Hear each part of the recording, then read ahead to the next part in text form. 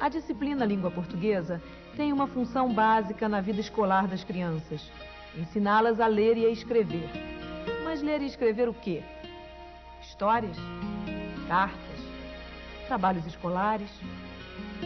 Saber ler e escrever é ser capaz de lidar com qualquer tipo de texto: jornais, revistas, enciclopédias, dicionários, contos, crônicas, romances, poesias, textos para teatro, histórias em quadrinhos, textos publicitários e também estes aqui, presenças constantes na vida escolar, os livros didáticos.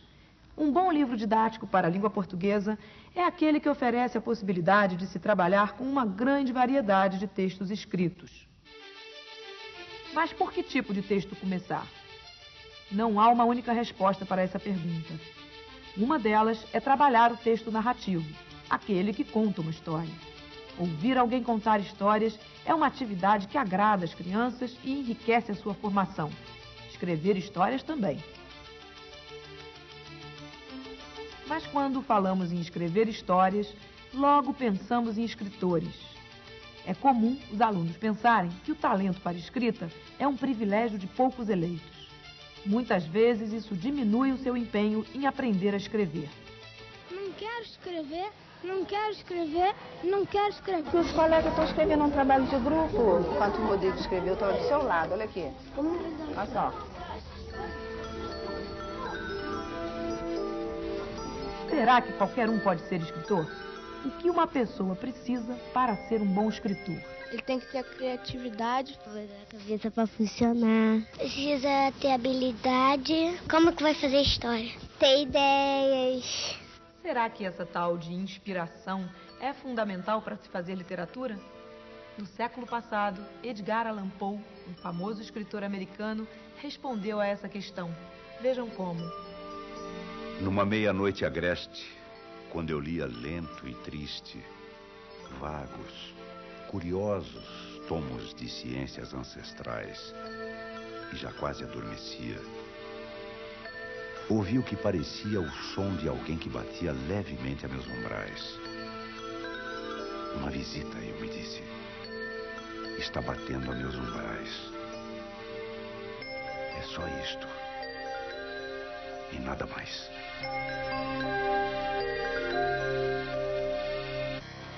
Este é o começo do célebre poema O Corvo, de Edgar Allan Poe. No cenário fantástico de um quarto fechado, o poema conta a história de um homem solitário que sofre pela morte da amada. Como terá sido a criação de um poema assim tão marcante?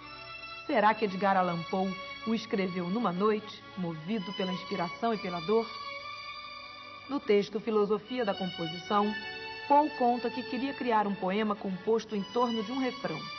Desejava uma palavra, da língua inglesa, é claro, que fosse repetida, produzindo um efeito musical através das estrofes do poema. Imaginou que essa palavra fosse produzida por um pássaro. Pensou num papagaio, mas esse pássaro produziria um efeito cômico que ele não desejava. Acabou escolhendo um corvo, que lhe inspirou o tom noturno e melancólico do poema.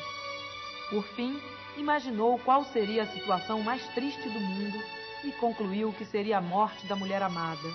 E assim nasceu O Corvo, uma obra de encantamento universal.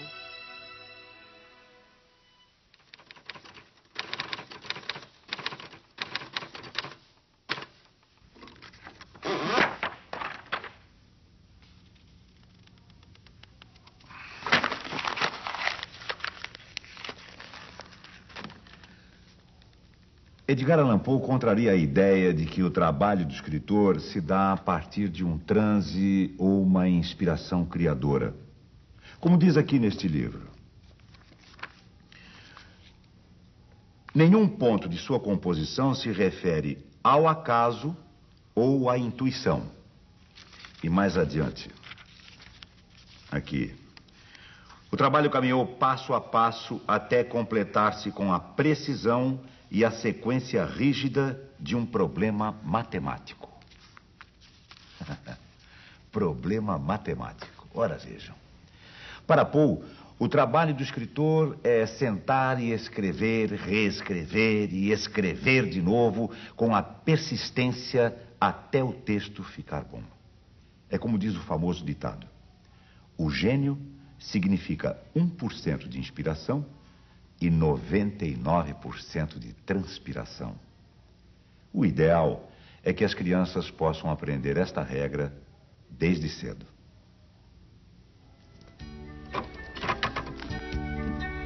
A escrita é fruto de um processo de aprendizado.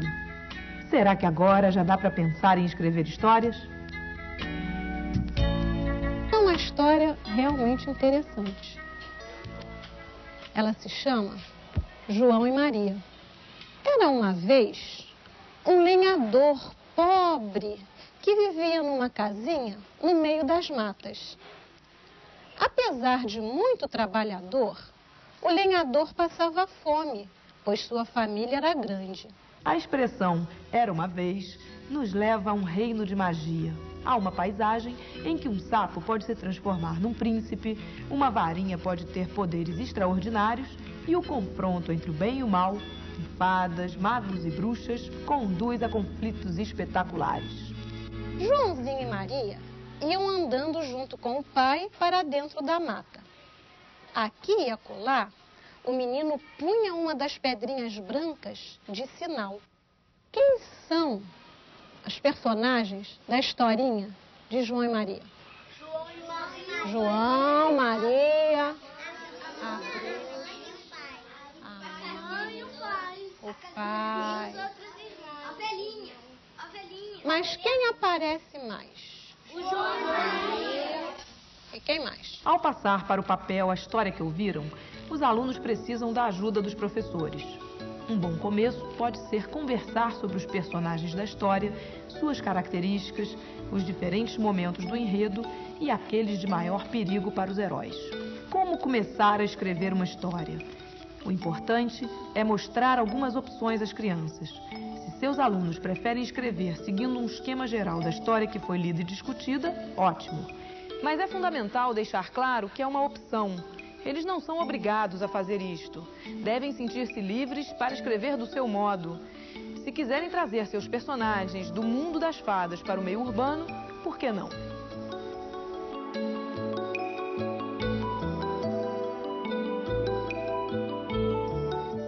Você pode mostrar a seus alunos que toda história tem uma estrutura ou um esqueleto. Por exemplo, qual é a situação inicial da história de João e Maria? É a de um lenhador pobre que vive com sua família no meio do mato. Surge um problema. E qual é? O lenhador não tem mais como alimentar a família. Como é quebrada a situação inicial? O lenhador resolve levar seus filhos para a mata e abandoná-los por lá. E tudo passa a girar em torno das aventuras de João e Maria, abandonados à própria sorte. E assim por diante. Desmonte a história. Mostre que sempre há um esqueleto ou um esquema por trás dela. Hoje a gente está dividido de uma maneira diferente, né? Vocês estão em duplas, porque a gente vai trabalhar com história, criação de história. Cada dupla vai criar uma história. Vocês estão vendo aqui o que eu escrevi? Esses personagens todos que estão aqui no quadro?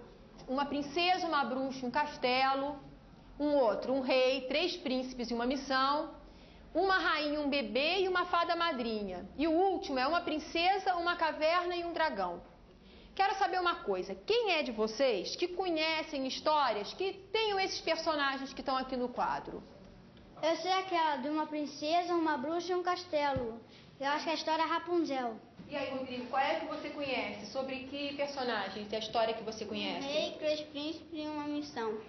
Que história é essa? É dos 3 mosquiteiros. Vocês estão em duplas, cada dupla vai escolher um daqueles blocos ali de personagens e vai criar uma história. O que é isso? Vai valer história já conhecida, que a gente viu em televisão, ou leu um livro, ou alguém contou? Não. Tem que ser uma história totalmente imaginada pela gente, tá? Vocês é que vão criar, vão imaginar uma história totalmente diferente. Ah, pode fazer uma de uma princesa medrosa que morava num castelo. E os pais dela morreram. E ela tinha uma empregada. Um dia Aí ela chamou a empregada para morar na casa dela. Aí já pensou se a empregada podia ser uma bruxa? Uma bruxa muito malvada. É. E botava medo nela. E botava medo nela e queria o castelo pra ela. Tanto que ela era medrosa. Aí eles lutavam. Minhas filhas queridas, tem uma notícia que vocês vão adorar. Ouvir histórias, contar histórias, escrever histórias.